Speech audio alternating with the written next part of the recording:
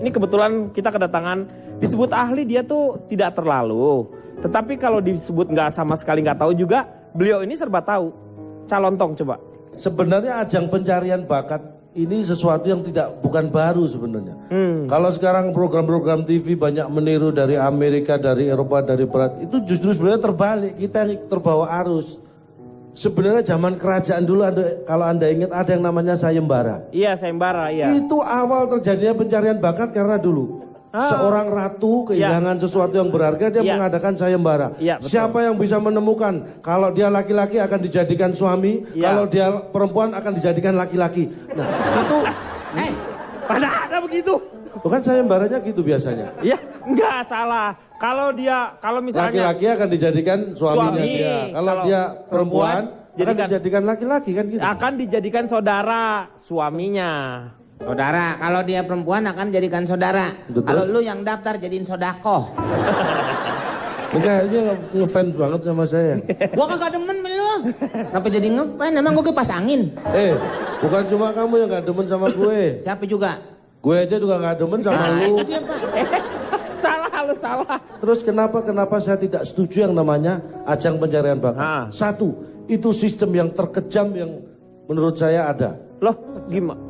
Karena gini, sekian ribu, mungkin ratusan ribu kalau peminatnya banyak ya. Iya. Enggak ratusan apa ribuan, lu harus jelas. Jadi orang tahu semua. Ini celengannya mana sih Pak? Ratusan ribuan maksudnya jumlahnya, Artinya Meng. jumlah peserta itu banyak Ratusan sekali. ribu. Tapi Anda tahu, menurut data seluruh ajang pencarian bakat di dunia apapun namanya, hanya ada satu juara satunya. Ya, Ini iya, menurut Pak. data saya. Alasan kedua, tidak konsisten. Lihat, juara satu hanya ada satu, betul? Iya. Juara dua satu juga. Harusnya kan juara dua. Juara tiga. Harusnya juara 4. Ini nggak konsisten. Kalau ajang yang tidak konsisten, buat apa kita ikutin? Mikir. Ya bukan mikir lu ini. Lu ikutan apa sih? Lu pernah ikutan Sakamoto apa Sakahayang? Sakahayang weng. Ya sakarepku toh. Iya makanya sakarepmu. Jadi pada prinsipnya begini ya. Ketepatan audisi itu saya yang jadi masalah kadang-kadang ketepatan tidak dalam memilih juri itu kadang-kadang penting juga. Iya. Karena hasilnya apapun. Supaya kualitas ya. Enggak hanya kualitas sebenarnya, tapi yang dihasilkan itu supaya bermutu. Iya. Gitu. Ya kualitas kan mutu itu tadi. Pengen sobek-sobek lah. Ini udah nggak perlu. Nggak akan ngomong gua. Ya terus. Orang belum pernah kelilipan pos hansip matanya, Pak. Anda kayaknya seneng banget gitu, kenapa? Seneng dari mana? Gua kesel. Jadi ada bakat yang susah kita deteksi. Ada anak yang sering pergi lama nggak pulang-pulang. Nah ini kalau saya pengalaman sebagai orang tua ada dua hal yang harus kita pastikan. Anak sering pergi nggak pulang ke rumah itu. Ya itu.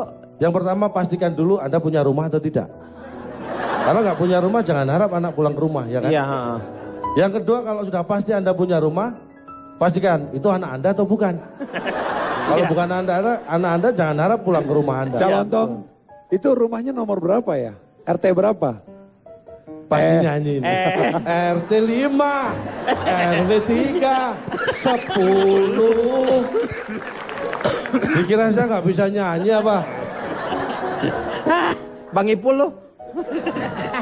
Iya. Terus bakatnya dari mana? Bakatnya siapa? Itu anak, kalau anak itu berangkat, lu kan tahu bakatnya ada. Anak kelihatan, anak suka lari misalnya. Iya. Bakatnya kalau nggak jadi atlet ya minim bendara partai lah. Oh kalau bendera partai harus bisa lari ya? Harus punya stamina kuat untuk lari. Kalau enggak gimana dia bisa lari sampai apa, Kolombia? Pak? Calontong, larinya lari apa? Lari pagi. Mau dikira nggak bisa? Oh, Bang Ipul.